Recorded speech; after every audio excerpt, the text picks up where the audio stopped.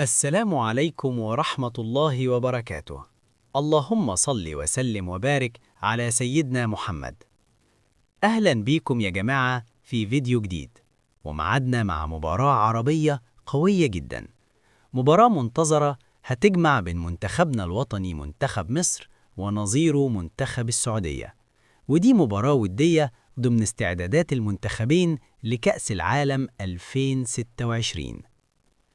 المباراة هتكون يوم الجمعة 27 مارس 2026 الساعة 7:30 مساء بتوقيت القاهرة، وباقي المواعيد كالتالي: 8:30 مساء بتوقيت السعودية، 9:30 مساء بتوقيت الإمارات.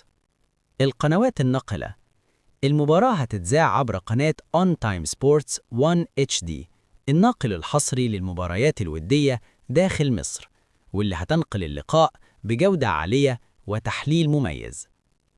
المباراة دي مش مجرد لقاء ودي، دي خطوة مهمة جدا في طريق الاستعداد لكأس العالم، حيث يسعى الجهاز الفني لمنتخب مصر لتجربة اللاعبين والوصول لأفضل تشكيل ممكن، خصوصا مع وجود نجوم كبار زي محمد صلاح اللي الجماهير مستنية منه أداء كبير.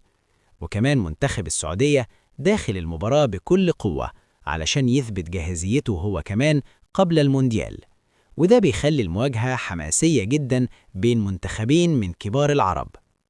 مباراة هتكون مليانة إثارة وقوة، وفرصة حقيقية للجماهير إنها تشوف مستوى المنتخب قبل البطولات الرسمية. وفي النهاية يا جماعة، ما تنسوش الاشتراك في القناة وتفعيل الجرس علشان يوصل لكم كل جديد أول بأول.